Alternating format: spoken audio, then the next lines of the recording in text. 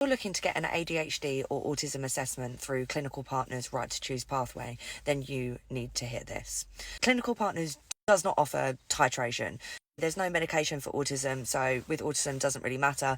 ADHD, what you would do is go onto the NHS titration list, and that is still a waiting list. So if you are on the NHS waiting list to get an assessment, after the assessment you will then have to join the queue for titration.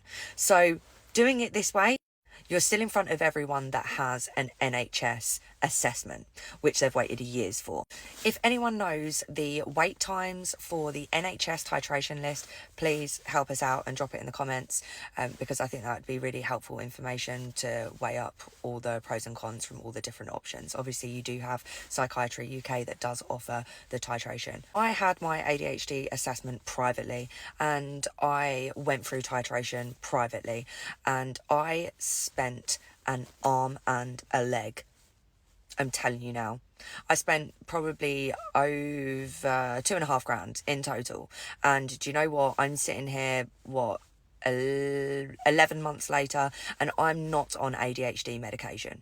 So the initial assessment was about 1,200, but all the follow-up appointments and all of the medications, the prescriptions that you get after that, just a diagnosis of ADHD is enough for you to implement changes in your life. There are supplements out there which I'm taking at the moment. There's supplements, there are lifestyle changes, there's diet changes that you can implement to make yourself feel better.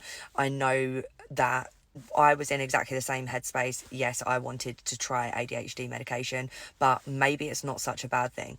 Food for thought.